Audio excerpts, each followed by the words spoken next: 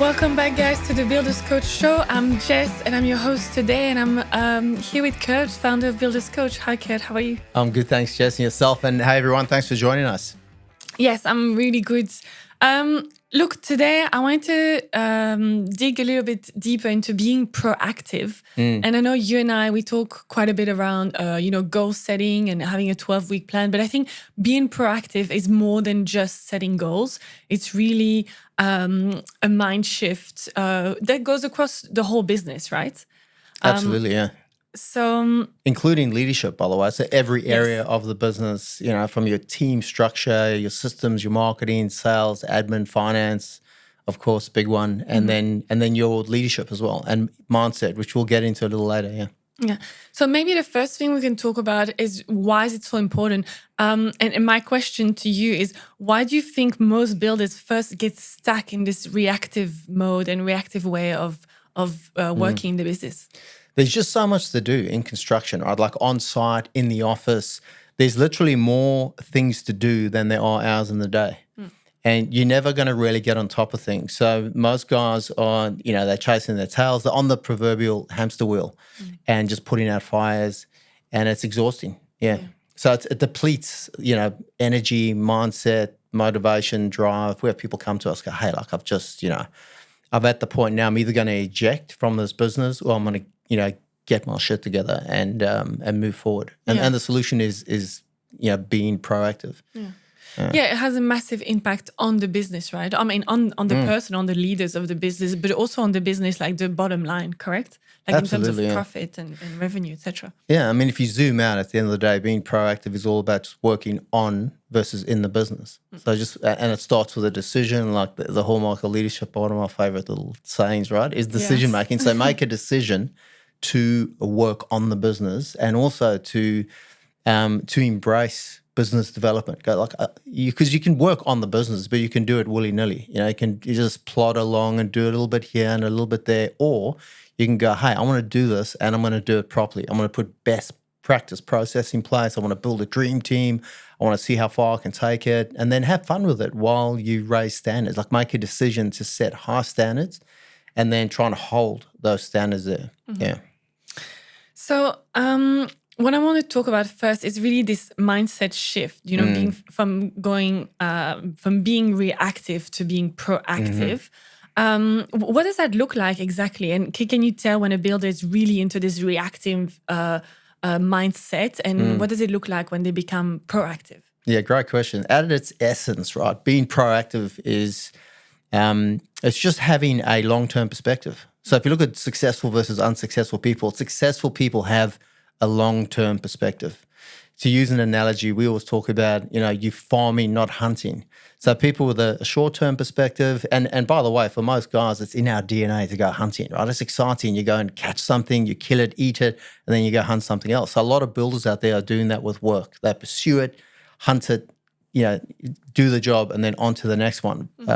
A farming perspective and being more proactive is thinking long-term. It's working on the business. It's thinking about, so what's the strategic direction we want to take the business in? So what's the specialty? What type of work do we ideally want to work on? What type of clients do we want to work with? And then developing marketing systems and channels that relate to that, and then steering the ship in a certain direction that essentially is like future-proofing your business. We're talking about it just before off air. Like if you target the more affluent people in a specific location, then you sort of future-proof against any recession. Most people that have money, even if there's some issues and fluctuations in the macroeconomic environment, they're able to keep moving forward. Right. So if you can direct your business and your marketing in that direction, then you're going to be okay. So so long-term versus short-term perspective, farming over hunting. Another example from an investment perspective is investing over trading. You get traders, and it's time in the market versus time in the market. Some people, with investments, you want to buy low, sell high, and you can do it with stocks and, real estate as well. That is an intelligent thing to do, but a more intelligent thing to do with a long-term perspective is to buy and hold. So you can buy shares in an index fund, the top 100, companies on the planet, and then just hold. And then when things drop off and there's turbulence and you dollar cost averaging, so you're buying every week or every day or every month, then the longer the market stays down, the better it is, because eventually it's going to kick up again. And when it kicks up, you get all those gains. All right. So it's just, again, time in the market. We've got guys that, once they're profitable, we've spoken about this before, they buy real estate, right? And they look at buying something that they can add value to, ideally in an area that's projected to increase in value over the next 5 to 10 years. And if they can do that and hold it, buy, renovate, rent, refinance, repeat. That concept. Yes. Yeah. Yeah, and that stands for the BRRR, not. Yeah. It's not like. So, and another analogy, just to throw one more in the mix, is climate over weather. Oh yeah. I Right? like So that. not, yeah. The saying. What's the saying again? Oh, did I say this to you the other day? Like people waiting for the perfect conditions before acting or doing something. Yeah. And then the saying is like, well, the conditions are always perfect because they are what they are, and they are the same for everyone. Yes. Exactly. But this is relevant to relationships as well. That climate over weather, like we're all human, right? We're emotional creatures, moods, go up and down. Like you have days where you wake up and you're just not feeling great, right? You're frustrated or pissed off or whatever. So that's the weather. You can wake up and it's a rainy day. Yeah. So like in a relationship, like if your partner's pissed off or moody or whatever, you don't go, oh my God, this person's just not a good fit for me. Maybe we're not compatible. This relationship's over. It's just the weather. It's just like a rainy, cold day. Focus on the climate. Think long term. So these little things you can do where you can go, okay, they're not having a good day. I've woken up sleep deprived and not felt great before. How can I be supportive in this relationship? It's the same with employees. Someone turns up, something's not right. Instead of going, hey, what the hell, man? You're not performing, and then you crack the whip. You check in first. Hey, is everything okay? Just think long term, and then that builds trust and helps nurture the relationship over the long term. So it's just relevant to every part of your business. Yeah. I want to talk about proactive goal setting and business planning. So tell me, what's the importance of the 12-week plan, aligning your vision, tracking your progress, etc.? Can we talk about that just a little bit? Absolutely, man. So we've spoken about this before, right? How important clarity is.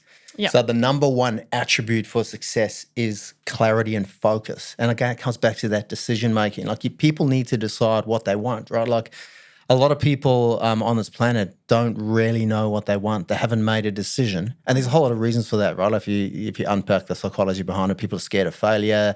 So that, they're staying in their comfort zone.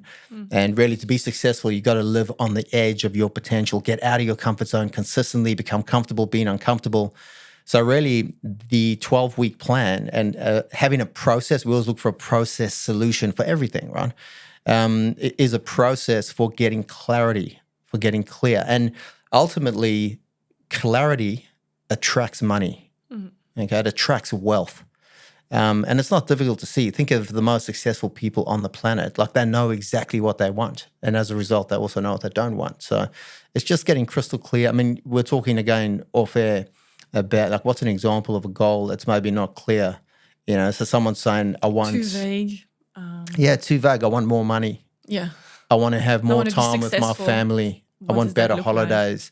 Like? Yeah. So you want to sharpen that up. Like, how much money do you want? Like, is it $1 million in the bank? Is it 10 million, 100 million? More time with your family. What's that? Weekends. So don't work weekends at all. That's a nice, clear, specific outcome. A lot of our guys aim for that.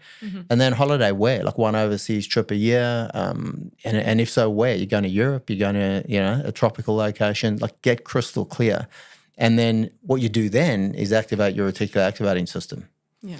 Which is a bit like training the AI in your brain and get your subconscious brain. To get yourself there. Yeah, it starts working for you. Yeah. I think also people are setting goals too far out. Like in 5 years, I want to be, I want to be doing this, or I want my company to be at, this level of revenue or something. It's like 5 years is a long time. 3 years is a long time. Yeah. 3, 5, yeah. So I think that's also a common mistake when goal setting. Yeah, I'd say so. Most people don't set goals, just from my experience, right? And when they do, they're not clear. And then another thing is, it's sort of going to look like it flies in the face what you just said, but most people overestimate what's possible in 12 months and underestimate what's possible in 10 years. Oh, yeah. And so there is an element of needing to sort of grind out, a certain result. Like there's no quick fix. There's no quick get rich quick solution out there. Yeah. You're going to need to, things do take time. That can happen a lot quicker now because of the sharing of quality information, the access to technology, and obviously AI is part of that as well. But most people underestimate, what's involved. For the long term. So just to wrap up this small section, what's your favorite tool or framework to help builders set and specifically stick to their goals? Okay, definitely 12-week plan. I'd say it's probably the most valuable tool in our resources, right? So always having a 12-week plan, 3 months, 90 days. If you're using a 12-week plan, you'll have 4 in a calendar year. And, what's that, 12 over a 3-year period? And we always maintain, to get into the 7-figure club, you're net $1 million in 12 months before tax, after wages and all expenses. You can do that within 3 years, even from a standing start. So from, just starting your business. And the process and the tool for clarity and making sure that they're focusing on the right sequence of systems implementation is that 12-week plan. Yeah. But also, having the plan obviously is crucial, but then reviewing it and keeping track of it is also like. Well, really what do you put important, in the right? plan? Like exactly. I've had people say to me, well, I want to, lay the track for the next 12 weeks, but what should I put in there? So, you need to know, just like building a house, there's a sequence to, doing it properly. You got to lay the slab first. So there's certain systems you need to put in place, depending on where you're at. In your business development journey, right? And then, we obviously apply the 80-20 rule. We've spoken about that Pareto principle. There's 20% of the things you do that give you 80% of your results. And that's a good starting point. But seeking out the right advice helps, Someone who's already done what you want to do is a good place to start. When we talk about being proactive, I think a really important part of that is also forecasting and pipeline management. Yes. So as in forecasting revenue and sales. Yeah. Absolutely. You need to be able to start looking ahead and start planning and forecasting what's coming in terms of jobs and workflow, cash flow, revenue. Right? And then, of course, and then the impact of that on team structure, on systems development, and just making sure that you looking ahead. Yeah. And like being proactive with or forecasting your financials allows you to make good decisions around when to employ the next person and also who to employ next as well. Is it an office-based admin, contracts administrator, or another supervisor? So what numbers and metrics specifically should builders be forecasting on a weekly and monthly basis? Okay, well, I'll share what we do. So annual forecast. So whether it's a calendar year or financial year, get clear on what sort of revenue you want to generate, ideally. So we have guys, for example, going from 3 mil to maybe 5 million turnover in a 12-month period. So then they break that down into a monthly revenue target. And these are just rough numbers, just like a bit of a yardstick to gauge where they sit, based on that annual turnover month by month. And it's a quick and easy metric, right? They can just jump in, check the P&L and see where they're sitting based on the revenue target, but also the break-even target as well. So what is the revenue they need at a certain margin to cover the outgoings each month? And they can just do a quick check-in. They can also forecast based on, job schedules and payment schedules, what's coming up. And then, again, that gives them a quick metric. But annual turnover goal, monthly revenue, monthly break even, and then a 12-week cash flow forecast, which projects forward the next 12 weeks or 3 months based on jobs on hand, again, payment schedules. And do it conservatively. We get guys to, if money's due next week, they make it due the following week. And then any expenses that go in there, they exaggerate them, just round them up. Yeah. And then if they're cash flow positive, then they know they've got buffers. And then in terms of what's in the pipeline, revenue projection, when guys are using prelim agreements, 6-step sales process, they're charging for quotes. And then, the optimization is value management. So a one builder tender process with people, which is very topical at the moment. And we've spoken about before. That makes it very easy to predict what's coming through the pipeline beyond that 12-week cash flow forecast. Yeah. So the two of those things together are very powerful. Yeah. So just these are like a lot of numbers and metrics you've just spoken about. So how do you help builders with this type of forecasting? Well, we get them to, firstly, step one is set up a sales process that's going to give them predictable conversion rates and outcomes, and then feed those or run that sales process parallel to a revenue projection forecast. And then, as the jobs convert and come out the ground, the jobs, as contracts are signed, they go into a cash flow forecast. So I'll just help them, understand the benefit, and then share the tools and templates, get them to update them. Most guys can, get someone in the office to update these numbers as well. They don't have to do the grunt work. Yeah. It's a bit like a pilot flying a plane. You're looking at all the instruments, right? They just need to be able to read the instruments. That's what I get them to do, is make sure they understand what numbers to look at, and then get their team or some form of automation or process to give them accurate numbers. Yeah. And it's easier when you've got a template already and you just plug in those numbers, etc. Right? Yeah, we actually have like a financial, financial review, but a financial like metric checklist. Oh, yeah. So there's, monthly revenue, monthly break even, there's cash flow forecast, there's individual job reports. At the end of a job, check the margin on those jobs, like do a profit and loss in the job to make sure the margin was held.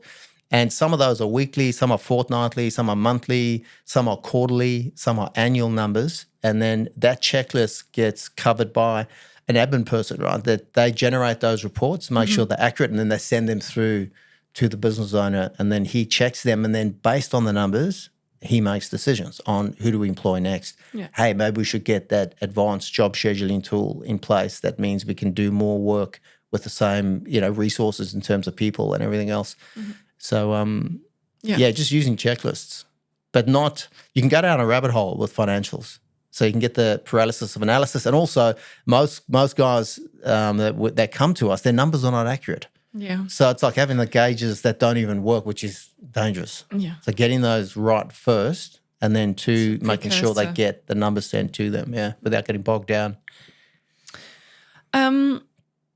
Being proactive, I think, is also important. You mentioned leadership, but I think, being proactive in terms of your learning and what do you need to learn next, whether it's leadership, mindset, etc. What's your recommendation there? That's powerful, man. Very few people do that, right? Like we're talking about recently when I went to a coaching convention where there are like 70 or 100 coaches in the room, all very successful. And I was speaking to one of the coaches at breakfast, and, we're talking about, podcasts we listen to, just comparing notes on books we've read. And then I asked the guy, like, do you direct your learning? And he said, what do you mean? I said, do you decide, what it is that you most need to learn in the next 12 weeks? And if you learnt it or developed a skill, what would most have a benefit your business, basically, or benefit your bottom line? And he was like, no, I never really thought about that. So now, like a lot of coaches love learning. That's why we do what we do, myself included. But directing your learning is so important. Otherwise, you become a bit. Things just come to you, whichever way. Whether it's like the latest podcast of someone, etc. And obviously, that's great to listen to, and you're learning. But it's kind of like, why are you learning this right now? Is this the best thing you should be learning? Yeah, like the question to anyone listening, like, what are you learning now, and is that relevant to your bottom line? Yeah. Like, how's that going to benefit you in the business? So it could be like your financials, it could be marketing. If you need more leads, what are you doing to understand marketing better? And obviously seeking out the right people, because who, not how.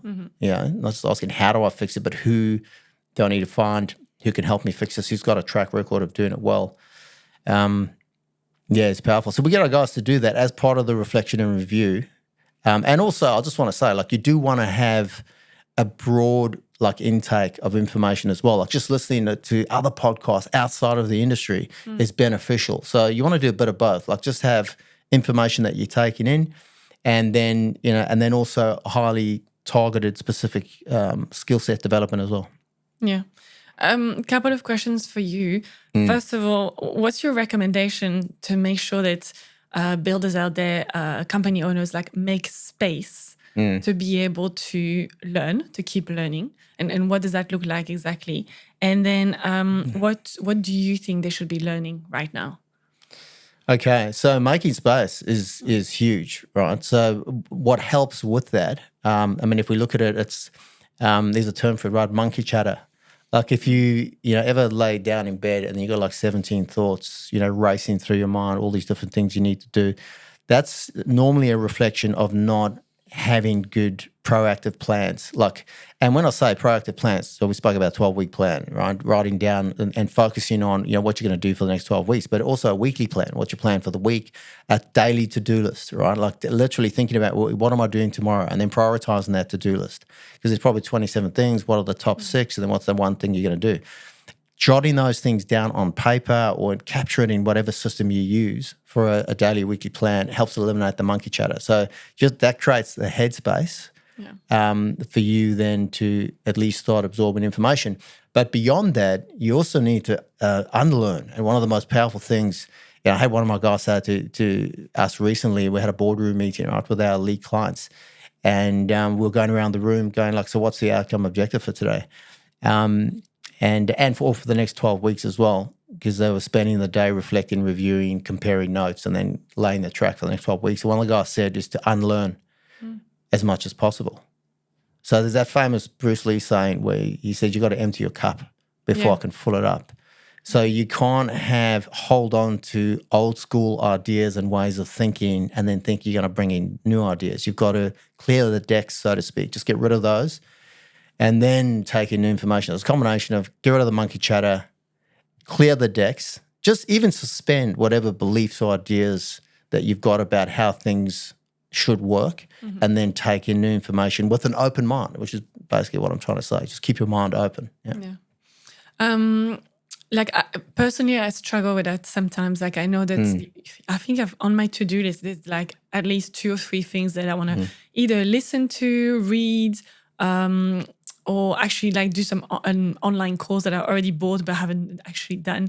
So it's kind of like it's sitting there, but it seems like there's always other things coming on top of it. And it's relentless, man. Yeah. It's like attention management over time management. Right? Like we live in the attention economy. There's just like bright, shiny object syndrome. There's so many things coming at us. And the AI out there is next level, right? It gets to know us so well. And it's like that's selling the sizzle. Oh, yeah. But I think the important thing is to understand that learning, reading that book, etc., is actually as important as other things on your to-do list because you are investing in yourself, obviously, and that's if you're directing your learning properly, obviously. And it also like overflows or impacts like personal areas of your life as well. Like there's been times when I've realized, I need to learn about how to be a better father for my daughters because of the stage that they were in, like the tween stage or the becoming teenagers. And like I need to educate myself and seek out, what's best practice, process, solution for better communicating with my daughters so that they know I've got their back. Because like with teenagers, they're gonna push back, and often like something I've learned just in that space and. Like that when a teenager pushes back, I've got a nephew that can do a bit of this. Yeah. What they're really looking for is for you to just hold firm, and then that sort of makes them feel secure. So there's times when it's that. It could be other times it's finance. I spoke to a guy this morning and it's marketing. Like you got to 10x his marketing to generate a consistent flow of quality leads. But this is why it's so important to direct your learning because you can only learn so much. So what is the most relevant thing and important thing for you in your business and personally right now? Yeah, which will come out of your reflection and review process. Exactly. Right? So that's quite revealing, which it's like having a good look in the mirror. Definitely. What's actually happening. Yeah. Awesome.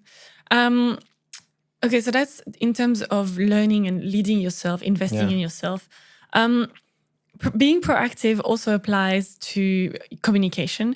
And I want to talk specifically about communication with clients. Yeah. Okay, because I think that's really a bit of a sticking point maybe sometimes. And obviously, the communication you're going to have with your clients is going to impact the experience for your clients, and then future Massively. maybe referrals, Huge. etc., etc. Yeah. So communication is so important. Yeah. What is your recommendation in terms of being proactive in your communication? Do you have some tools or things we can talk about?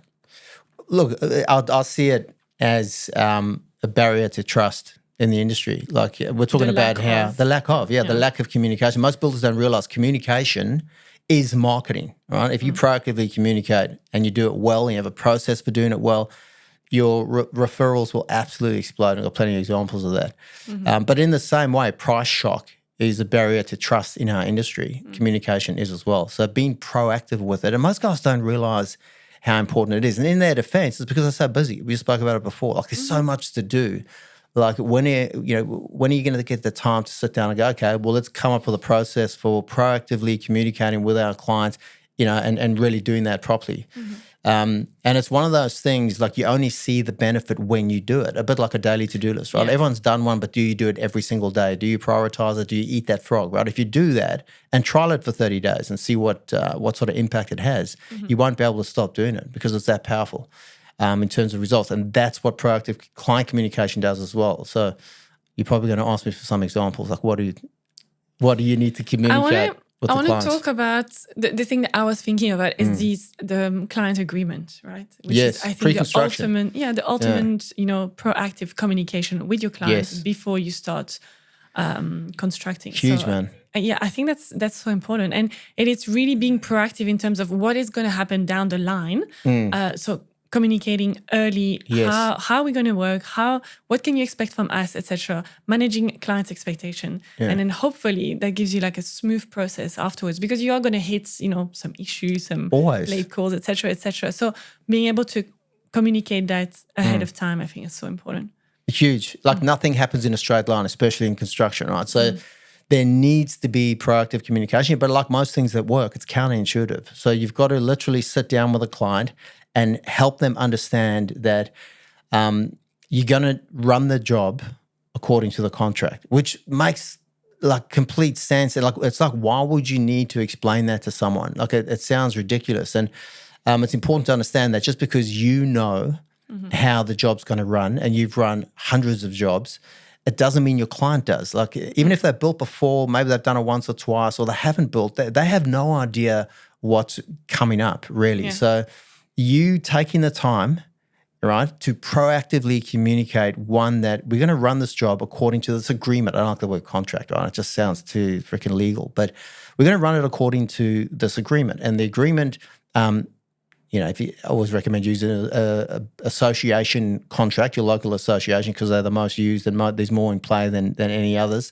So they're well tested and the bugs have been ironed out. But extracting the most important relevant parts of that agreement or contract that are going to come up during the job, like variations, payment on time, doing selections before the job starts, all these things, all fit into that being proactive category, and then ensure a more smooth, better run job. Yeah. And expectations are being managed. You are managing people's expectations. This is why value management is optimization, because of the meticulous planning and decision-making that occurs pre-construction. And pre-construction, again, is the most important part of the construction process. It means the job runs smoother, quicker, at a higher standard, and there's even costs and time savings there as well, right? Yeah. Which the builder doesn't necessarily have to pass on, which lends itself to margin and profit optimization, as well as a great client result. But there's a process for communicating the 10 or 12 things that are going to come up. Yeah. And I've got an example from this morning. I was speaking to a client this morning. Yeah. If you want to hear it, give it to us. So he's, we started working together after this job had already started. So he's got issues with payment coming through. Now, and this is a common one. Anyone listening will probably relate to this. So they've got finance through a bank. They use the broker. And the client obviously signed a contract with the builder. So the contract, this is important to understand, is between you, the builder, and the client. It's not between you and the bank. The client has just gone to the bank to get finance. So the client has requested the money because they've reached a certain stage payment, and that's go through the broker. The broker's like, oh, we've got short weeks, with Easter and everything else. And then he hadn't contacted the bank, or the bank's gone, oh, short weeks as well, and there's delays, and it's like 2-3 weeks behind on the payment. Now, that could impact obviously going to impact the potentially the delivery of the job. It could result in time and cost blowouts for the client. So communicating that up front. So there's a couple of upstream solutions here, right? And I spoke about these with my client this morning.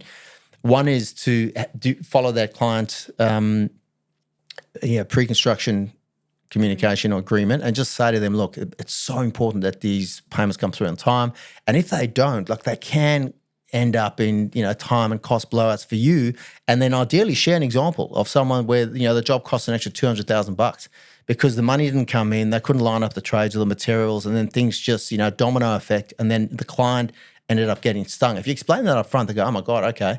And then they'll make sure that they are quite aggressive in making sure that the money comes in, because they're the ones that can get the money in from the banks, right? It's not like the builder that can go to the bank, but often the bank will go to the builder, which is another conversation. You don't deal with them. The contract's not with the bank, it's with the client. So the client is taking their responsibilities. That's one thing. The other is you don't deal with clients that are going to the bank. So from a marketing perspective, I was talking to this guy about it this morning, 10 times more marketing than you think you need to do is what needs to happen, right? Like, so, and that means, if you've got 2 prospective clients in front of you, you can only work with one. One's all cash, one's going to the bank. You work with the one that's all cash. So it becomes a sales process qualification thing. Yeah. Where, we've got guys that just won't work with clients that are going to the banks because in their areas it gets too tough. And there's endless red tape now as well, which is just, headache inducing. I think when we think of communication, I think there's so many people out there that just assume that the other person knows what they know. Yeah. So the builders are like, for them, it's just it's another job, as in like that's what they do. They know exactly how it's going to go. But maybe the assumption for the is client, the mother of all. Yes. Yeah. But for the client, maybe it's the first time they build, or maybe this is the second time. It doesn't mean they actually know, remember or know exactly the process. Even if they do, they're not going to remember. Yeah. So going through it, and then what happens is you go through that. Yeah. It's a bit like when we get terms and conditions, and you just skim through, click yes, boom. If someone said, hey, what you skimmed through there, just so you know, and there's 140 pages, these are the 11 things that are most relevant to you. And they explain it in layman's terms so you understand it. Mm-hmm. And you like the respect and credibility you get for doing that is off the chart. So that helps with the client relationship. They understand the importance of getting those selections in. And again, value management ensures that happens anyway. But also getting the payments in on time. If they want to make a change, there's a variation process. There's going to be an admin fee. There's going to be, cost associated with it. So that also then just positions with them that yes, they can do it, but this is the process. Yeah. And I don't think you can over-communicate, right? Better over-communicate than not enough, right? Yeah, that's a good rule for thumb in life in general as well. When you look at these days, like, when you take an appointment to go somewhere, like go to the doctors, they'll confirm your appointment, they'll send you confirmation now, a text message, an email, and then one day before they'll send you another message. Are you still coming? Are you still confirming? Yes. Like, it's like it's over communicated nearly, but at least you know everyone knows. Yes, I'm coming. It's in my calendar. Our sales process is like that. It's over communication. I've got friends where I do that, right? Like if we're going to catch up, like I'm catching up with someone next weekend, I'll touch base the week before. Hey, just reconfirming, like looking forward to catching up. Not even reconfirming, just looking forward to catching up. And then on the day as well, hey, I'm leaving now. I'll see you now. And then I had one of my mates say to me, you know what? That is so refreshing because none of my other friends do that. But you always reconfirm, and it's just, I don't know.